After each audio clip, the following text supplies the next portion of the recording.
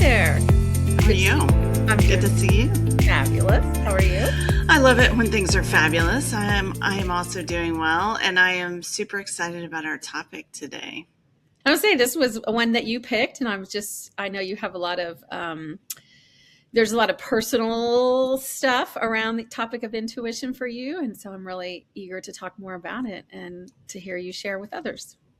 Yeah, I think I love this topic so much because for so much of my life, I ignored my intuition, or I discounted it heavily. And it wasn't until between 10 and 15 years ago, which was not that long ago in the span of my lifetime, sadly, that I had kind of a confluence of events. And, we always learn a lot from hard times, I think, in many, many ways. And one of the things I learned during a difficult time in my life was how to trust or listen to my intuition again. And I feel like it's been really valuable to me since then. And so, we've talked before about how I love the science, and we're going to talk about the science behind intuition. We are. How I love, the science behind things that feel mystical and how it can be complementary to our understanding. But also, I think almost everyone's experienced a moment in their life where they had maybe an immediate reaction to something and just a deep knowing. And for me, I had a personal relationship where I had a lot of intuitive feelings bubbling up over a period of time, and I discounted those feelings partly because, we've all been gaslit, man. It's the worst. It's the Amen. absolute worst. Amen. And my intuition just refused to be silenced. My logical brain, or maybe even another part of me that just wanted to believe something, kept trying to silence my intuition, and it just refused. It would wake me up at night. It showed up in dreams. It was Wow. very, very persistent. Huh. And then there was this kind of moment where it all came to a head. And I'll just say that in that moment, someone went to hand me an innocuous object, like something that Okay. shouldn't be A piece of paper? immediately. Pen? Yeah, it was a piece of paper, and it, Okay. it was something that Did you shouldn't. get it? I intuited what it was. You did. I love it. I love it. And I should not, like, while maybe slightly suspicious or whatever, there was no lead up that would have prompted the physical reaction I had. It was like this person was trying to hand me a snake.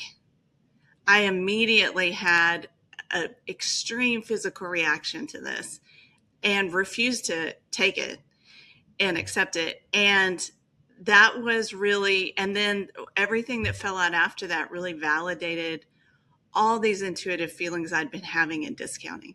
So, quick question. So, Yeah. was the person who handed you the piece of paper the person you were having these intuitions and Yes. I'll save it It kind was of? all tied together. I see. Yes. Okay. And so, but I will never forget that feeling because uh, it was like shock went through my body. And I felt, fear, my heart rate increased, like everything just was very immediate. Wow. And my body, and it was a body reaction. It Yeah. was a body Yeah. reaction, I'm curious, where in your body did you feel it? Do you remember? like throughout. It was almost like it zinged my entire nervous system, you know? Wow. Yeah. Wow. So anyway, all to say, then, as things unfolded, it validated the intuitive feelings I'd been having.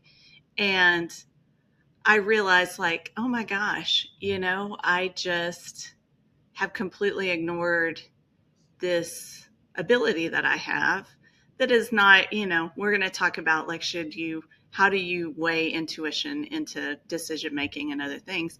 But I think that that was for me it was a turning point in terms of how I understood intuition, the role that it should play in my life, how I could cultivate it instead of ignore it. And so that's why I'm so excited to talk about it today. Yeah.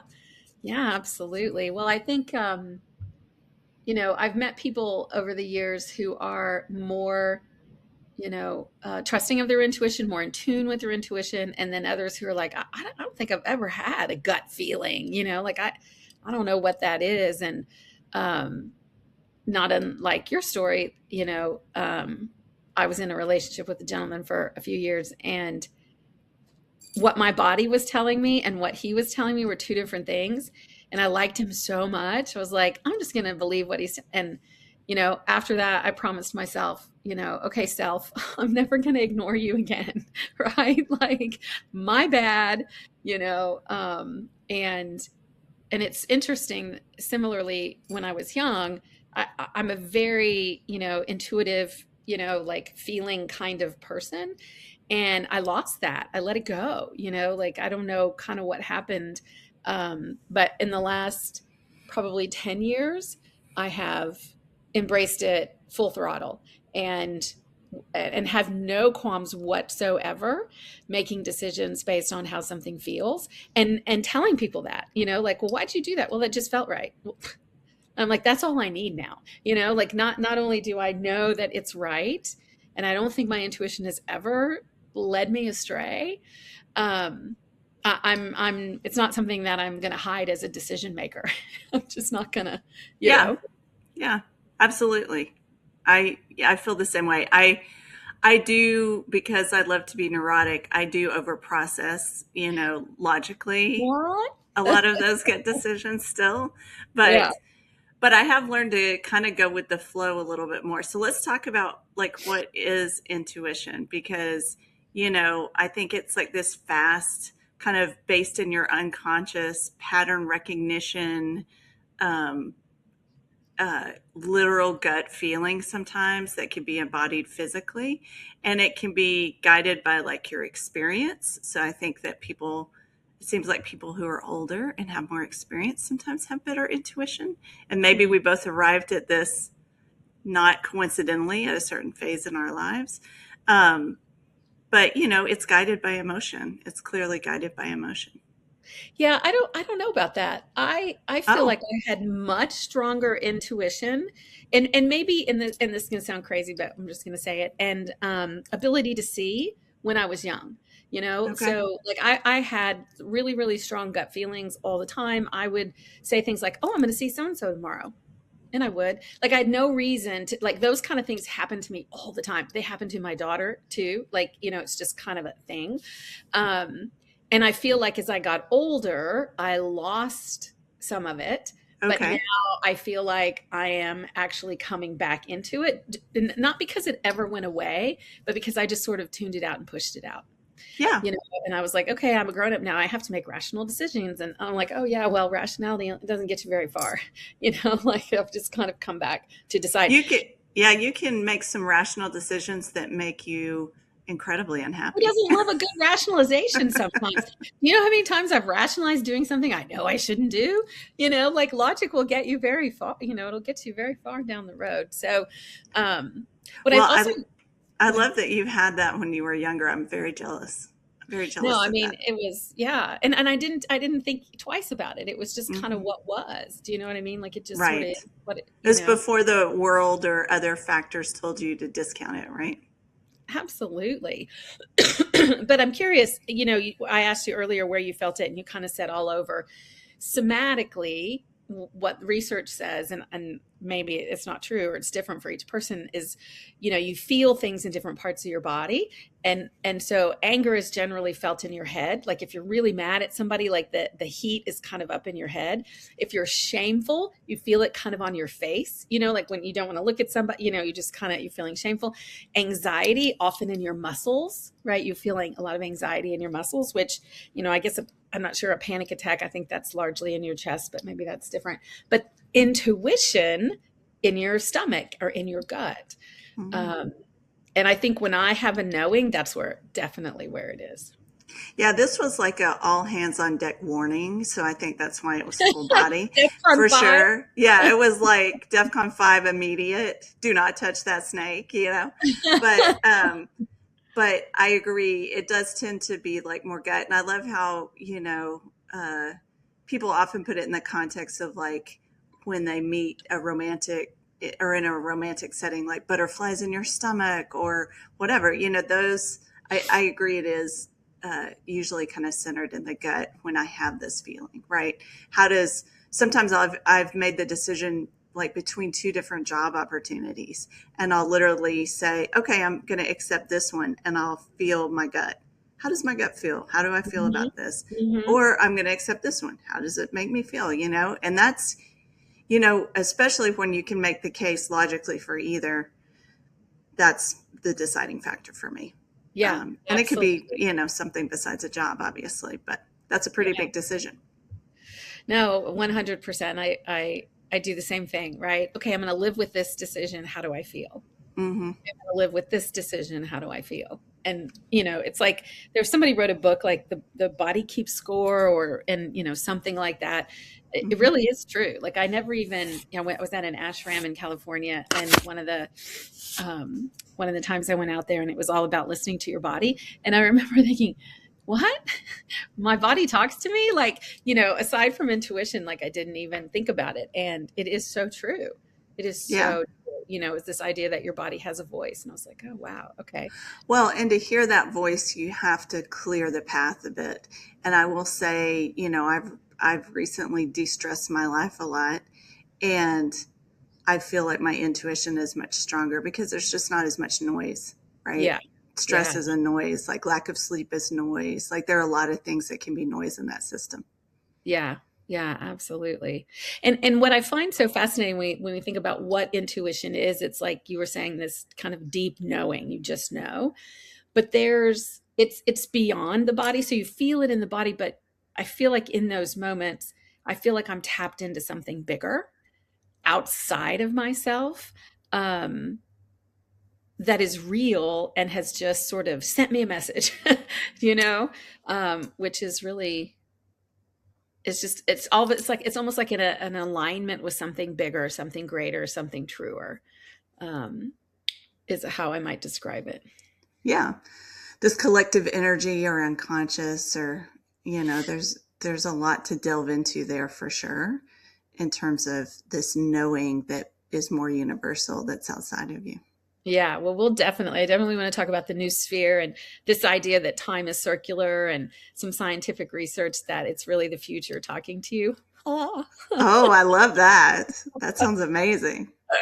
Who knows? Who knows?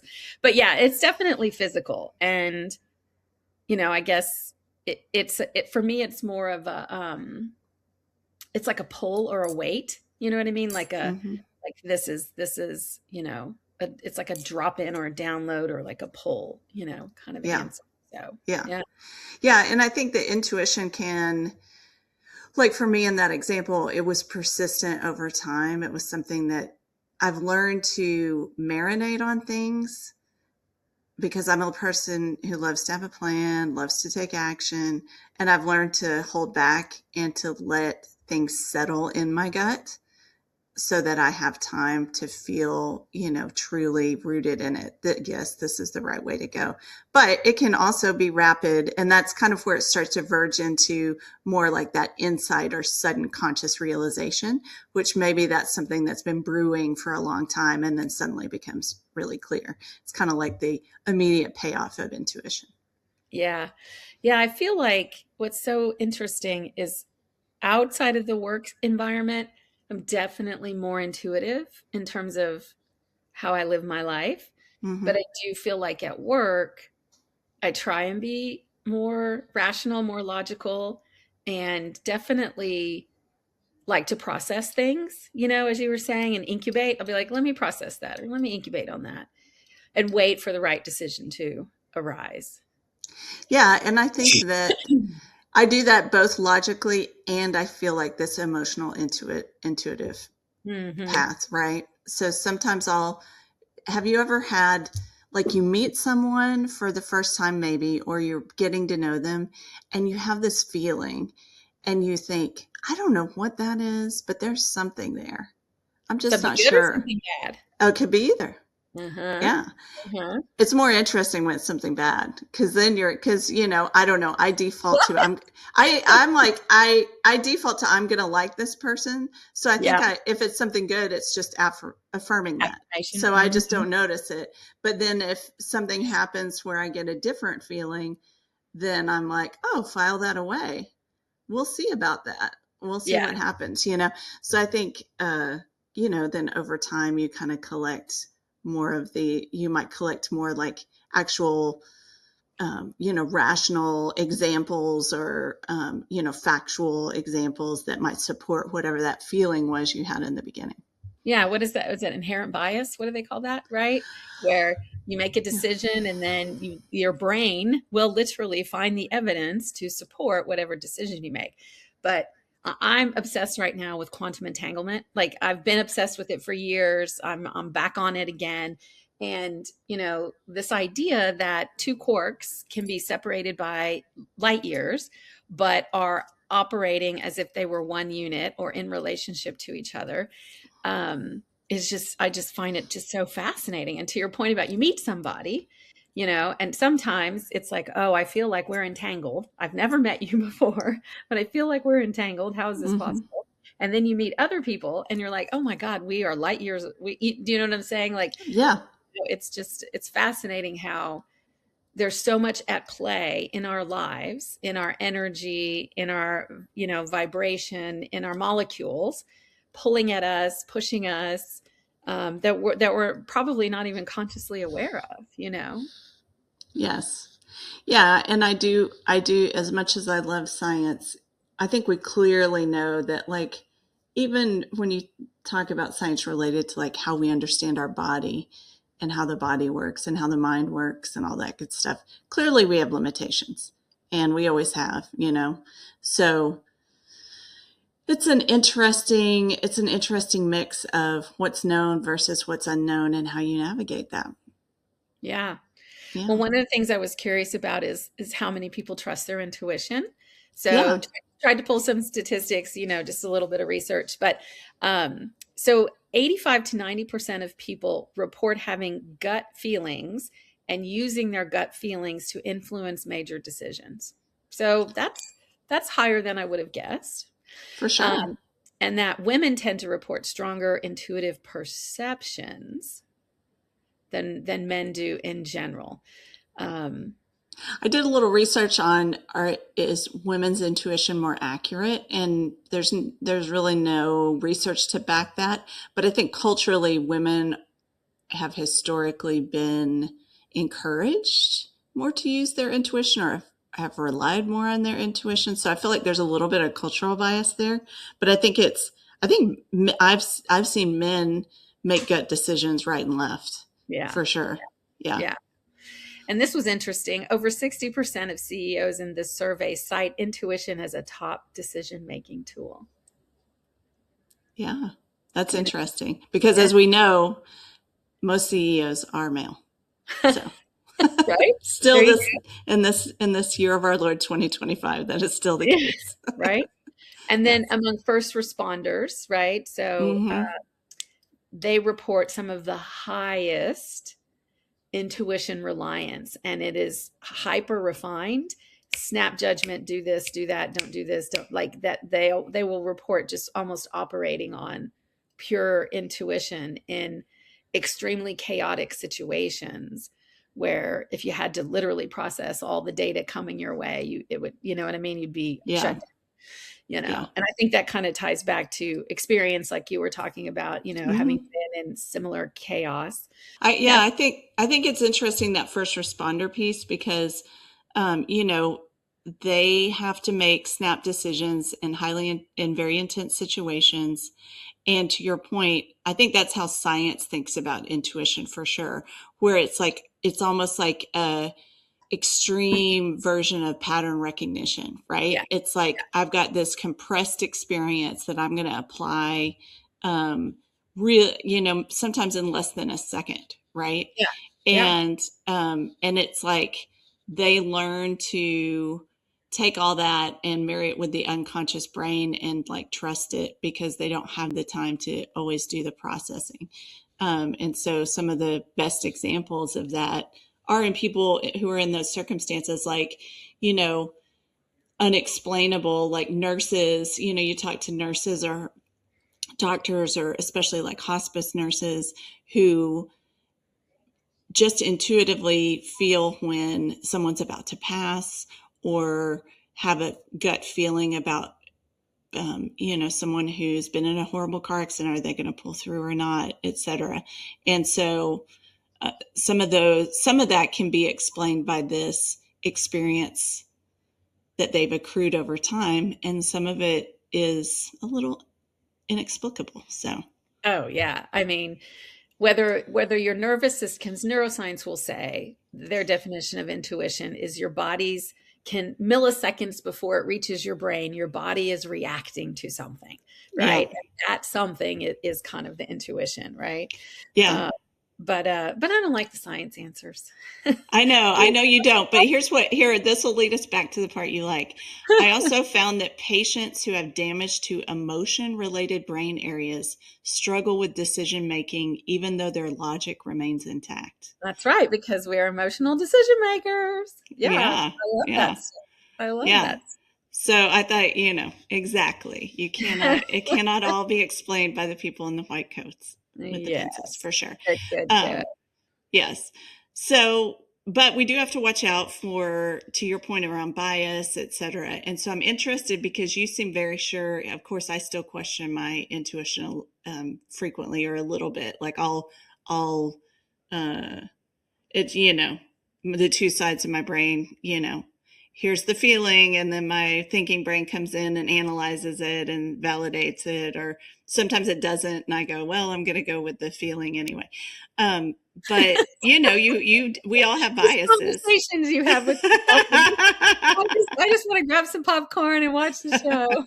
That's busy in there, it's busy. um, but you know, I think that we also have to watch out for our biases, right? So, like I talked about, if you have a lot of stress, if you have like all this noise in the system, that can be an issue. But, you Yeah. know, confirmation bias, like different kinds of biases that you can have that. So you can actually like go through a process to strengthen your intuition, and by like journaling, kind of reviewing or kind of doing a postmortem on decisions that you've made, and like, oh, you know, I was following my gut, but was that really my ego? You know, like, and so I think over time you can refine it and make it more accurate. At least that's been my experience.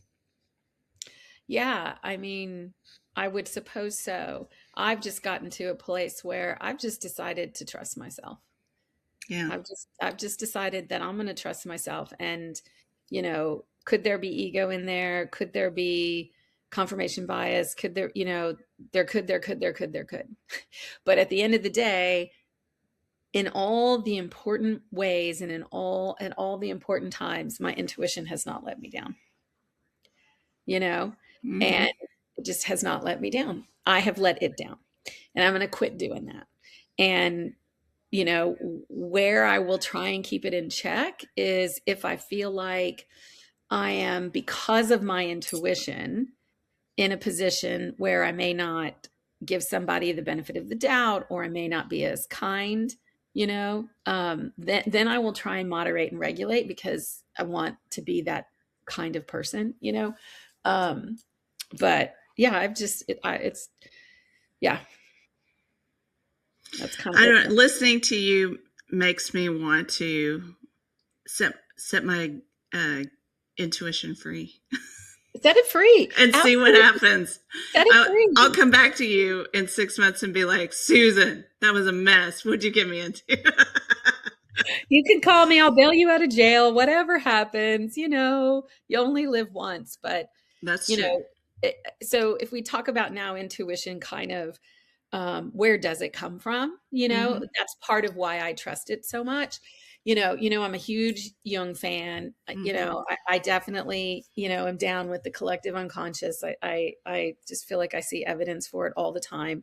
But there's also this idea called the noosphere, and Chardin, I think was the first to maybe kind of coin this, but it's this idea that intuition may not just be an inner personal signal, but it also might be a shared signal, and when I think about it in that sense, I think about it as a gift, right?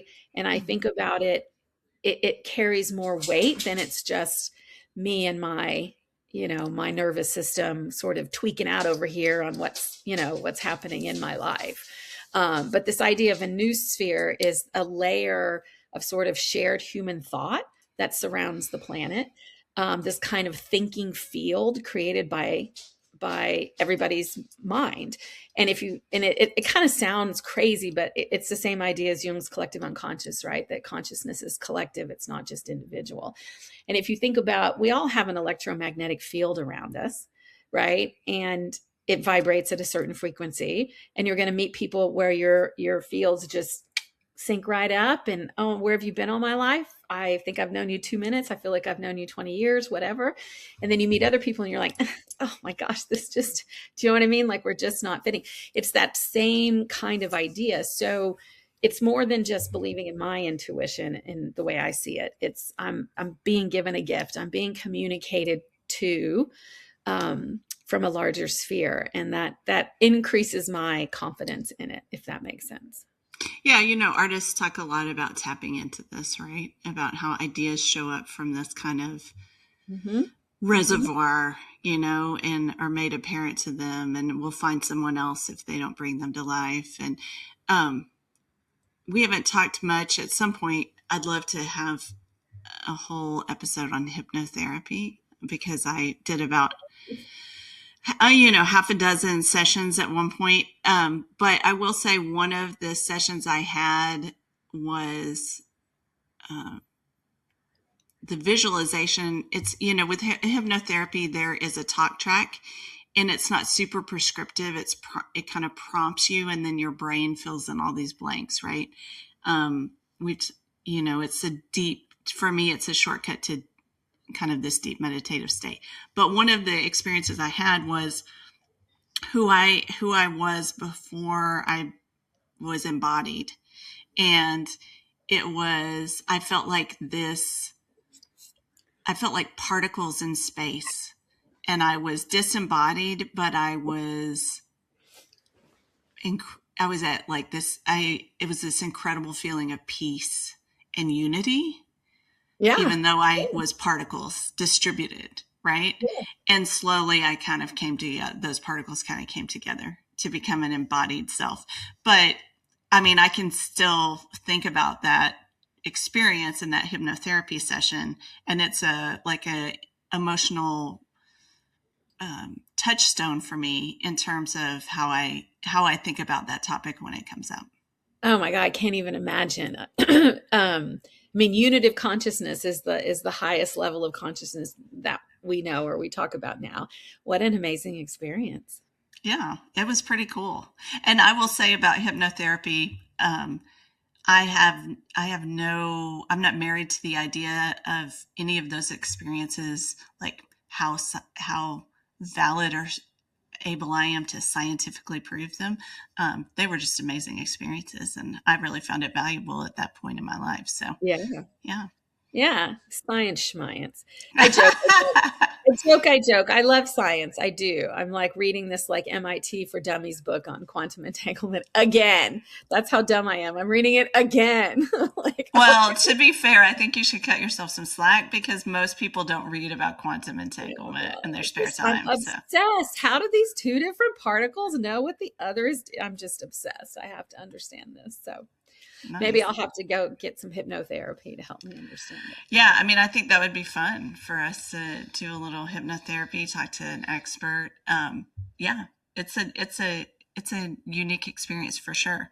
So you talked a little bit about this idea of, you know, collective unconscious, and this like layered mind model was part of what I ran across in my research, Yeah. that intuition is us accessing this deep mind where everything is integrative and it's nonverbal and it's symbolic, and it's not something we can always access directly. And I also, not that long ago, went through EMDR therapy. I had a phobia that I developed, super fun.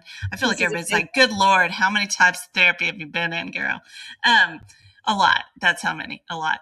And the whole point of it was to really access that unconscious, to address something that you couldn't get at through talk therapy, to go deeper. So I like this idea of like being able to access the deep mind, and then that's where this intuition can kind of arrive rather than being generated. It's like you don't put in the hard work, you can't muscle it, it just delivers itself to you.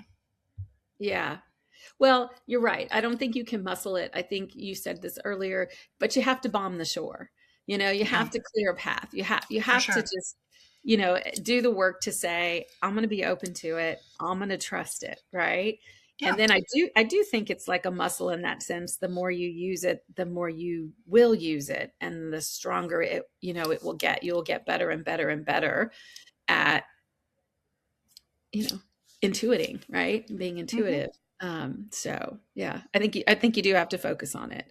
Yeah, I agree. I think you have to focus on it, value it. Over time, it can get better. Like I said, like almost a feedback loop, but also just deliberate practice. And then make sure, if you're not sleeping well, if you have high stress, maybe your intuition could be a little off because you're just, you've got a lot of other factors to deal with. Yeah, absolutely. As soon as my meditation practice in the morning gets skipped, I can't trust myself at all. I have to make sure. I have to make sure, even if I find 5 minutes in the office with my door closed, to just have 5 minutes to just meditate, because that is just like opening the doors to magic. So yeah. Yeah. Yes. I like to think that my sleep, sometimes I will have lucid dreaming, not often, but every once in a while, and so that kind of in between state. And I often think like sometimes that's been the most revelatory, when I'm able to get in a place where I've opened the doors enough where that happens, that it can reveal some interesting stuff for sure. I have never had a lucid dream my whole life. I'm so bloody jealous. Like, it just sounds amazing. It's pretty cool. It's pretty cool. And I think that it is an example of, like I'm a try hard, and it's the opposite of try hard. Like I just have to let all these things go and get in the right space for it to happen. So, Gosh, hearing you talk about that, I was on my walk earlier today, working up to the Camino. I'm like, oh my God, I'm so stressed about that. But and I suddenly had, so I have a shaman. Her name is Sandra Ingerman, and she does these journeys. And I was just jonesing for a journey, and it's almost like a dreamlike state that you go into. mm-hmm. And I was like, I have got to make time to do that tonight. And you know what I did when I got home? I took a quick shower, I wrote a presentation, and then I got ready for this. And I was like, oh, you know what I mean? Like, wah, wah, like where was the journeying? I got to get I back to the forgot to make space for it. Ah. damn. So I'm like, okay, I'm going to cut one thing off of my work to-do list for tonight. I'm going to slide some journeying in there. Yeah, schedule it. I gotta schedule it. You know what? Yeah. I'm gonna fucking schedule it. Whatever it takes. You know what I mean? And whatever it takes. And there's this one, the one that I really I need right now. And I'm not gonna describe it right, and it's gonna sound horrible, but you're like in a forest, and then your spirit animals surround you and they devour you. Like they literally rip you up and devour you into little pieces and leave you on the floor. And then you come back together, and then you rise like stronger. It is such a good journey. Like I can't even, that's the one I have to go do. I have to So go. I'm so intrigued on multiple levels. One, that sounds so violent. It's not though. No, I'm like, I'm gonna make it sound terrible, but it's not. No, I get it. I mean, it's all symbolic, right? But I also want to know, what's your spirit animal? I don't choose to share. Okay, So, fair. Yeah, it's, yeah. You want to but, keep that to they can, yourself? yeah, I do. And I have a really good journey for identifying your spirit animal, and they can change over time, right? So, Sure. anyway, so if you're curious, I'll share it with you. It's really, really great. Yeah. Um, Yeah, please and, do. Yeah, I actually did a hypnotherapy session that was spirit animal and spirit guide. That was would really you like to interesting. share your spirit Sure, animal or? absolutely. Yeah, my spirit animal was a tiger. Oh, Yeah. meow. So when you said they eat you up and tear you up, I mean, that's what I was imagining. I was like, that sounds really bloody, but okay. Yeah, yeah, Yeah. it's great. It's Yeah. great. Well, and Yeah, I think all these visualization options that are available to you, I mean, they like we just talked about. Um, you know, that deep mind, it's not like it's a linear, rational narrative structure. It's very symbolic. And yes. so you can have feelings that are hard to even put into words, but are very resonant with you. Well, 100%. And that's why, when people ask me about my spirituality, and I will say now, I'm a mystic. And I used to hesitate to say that, but mystics, it's all about the experience and the relationship with God, right? So it's experiential. And it is Right. oftentimes really, really difficult to put those experiences into words. Like words just fall so terribly short of the experience. And all of these, I one of my one of my favorite movies is A Nightmare Before Christmas. And I don't know, have you ever seen that Tim Burton movie I where have a it's, long time ago, yeah. oh, so good. Well, I think it's Jack Skellington is in the forest, and it's like a circle of trees, and each tree has a door, and each door is a holiday, you know, and one is Easter, and then, Christmas and Halloween, and on and on and on. And, you could go through any door. I kind of feel like there are experiences in life, whether it's with my shaman or whether it's meditating or it's prayer or, they're all pathways to this deeper, richer experience. And some people never open a single door. Some people, like me, I want to open every door. I want Right. to go through every single door. And ultimately, they all take you to the same place. It's just a different way of getting there. Um, and once, tying it back to what we're supposed to be talking about, intuition, once you've sort of bombed the shore and you've sort of cleared out the cobwebs and you've sort of greased the wheels, if you will, of all these different ways of being and experiences, I find that it just amplifies my intuition. Yeah, agreed.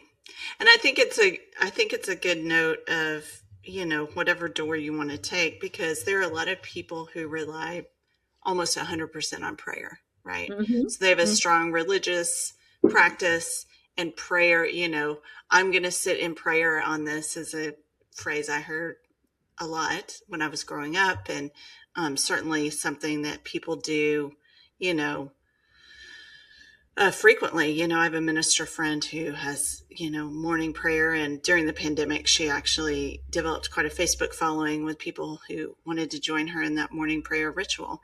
And so, yeah, whatever door you choose to take, some of us just love to go through all the doors, to your point. Go through all Um, the doors. yeah, we're just curious, but you can, yeah, you can have a deep practice that is just through one door. That's right. Absolutely. But for me, um, I want all the experiences. Yeah.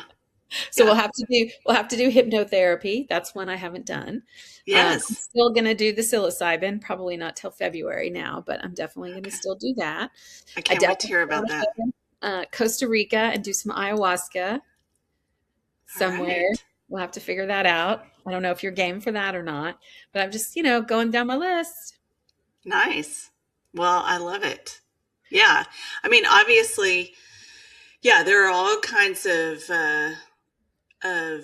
substances you can ingest to help you get different places as well. So, Hey, why not? Why not? Wherever you yeah, go, there you are, right? exactly. Yeah. So, I don't know. I guess I'd love to talk about one. I also love history. Let's talk about one that I saw in your notes, and an example that was also in my notes, which is Abraham Lincoln. Man, woo! This one gives me chills. So he had premonitions of his own death, Yeah. and he would talk to friends about it. And sometimes he would be kind of detailed about it, but he just had this nagging feeling he wasn't going to survive his second term. Um, and, sure. I mean, I think it makes sense. He was, obviously tension's very high. I mean, the guy who was at the center of the Civil War cannot get higher than that. But also kind of crazy how he just had this knowing about his own demise. Yeah. And then you have to ask yourself, like, where does intuition stop and a vision begin? Yes. Like that's a really fine line. For me, intuition is just that deep, deep knowing, that just quick download you get about something, where a vision is much more heady. It's Mhm. much more, I see something or I dream about something. And so, who knows whether it started as an intuition and turned into visions, but yeah, I mean, that's a pretty heavy intuition, vision to be carrying around. Um, Yes, for sure. Yeah, I wouldn't want that one. uh-uh, what would, who is it? People who believe in manifestation, right? What would they say about that? If you're walking around telling everyone you're going to get shot, Yes. you're going to get assassinated, today we'd be like, well, you brought it in, you asked the universe for it and the universe delivered. It's like, Yes. wait a minute, like a little fuzzy there. Yeah, agreed. Agreed. How much of yeah. If you're persistent enough, do you manifest? People talk a lot about that related to like, you know, um autoimmune diseases and all kinds of stuff. But you actually made me think of we're both Texans, and the great spiritual guru of Texas, Willie Nelson. You made me think of Pastor a Nelson, give me an amen. You made me think of a Willie Nelson song that's not very well known, but it's called Energy Follows Matter. And he woke up one night and was like, I have to record this song. And he recorded it like within 24 hours, so really fast. Yeah. And I had to look up the history of it because I just kind of ran across it. It was mentioned in an article I read about him. And I mean, it's basically like a primer, that song, a primer on, like you might as well think the good things because you are co-creating the world that you live in with your thought.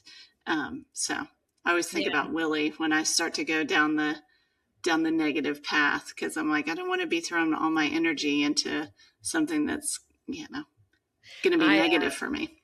I'd never heard that Willie song before. I never thought of Willie as a As a mystical, sage. yeah, as a mystical sage. I would have never. My favorite Willie Nelson song is one of the first ones he ever wrote. I got to get drunk. Yeah, Willie's definitely had a long life and he's had a lot of time to evolve. Let's That just is say the that. best. That is the best song. Have you ever heard that one? No. Like, I got to get drunk and I sure do dread it because I know just what I'm going to do. I'm going to spend my money calling everybody honey and wind up singing the blues. It's the best, funniest song. I'll send it to you after this. Okay, fair. I like it. We've got two counterpoints on Willie for sure. Well, I love this talk about intuition, and as always, we come at it from slightly different places. I think it's funny to me. I'm the one who proposed this topic, and then you're the one who's like, "I'm just living it. I'm just going." And now I think I might have to give it a shot. Listen, I'm giving you permission because maybe you need it to just let your intuition go. Let it go. All right. Just let it go. You can trust her. She's got your back. Okay. She's got your back. We'll see what happens, mate. I think I'm going to do it. I think I'm going to do it. All right. Well, we'll have to have a follow-up episode. Yes. We'll have to journal like following your intuition, and we'll have to really talk about like How it turned out. Mm-hmm. All right. I'll report back. I'll report back at some point, and we'll see how this experiment goes. I love it. All right. Well, I will see you next time when we talk about more stuff that's Sacredish. Yes, indeedy. All Bye. right. See you. Bye.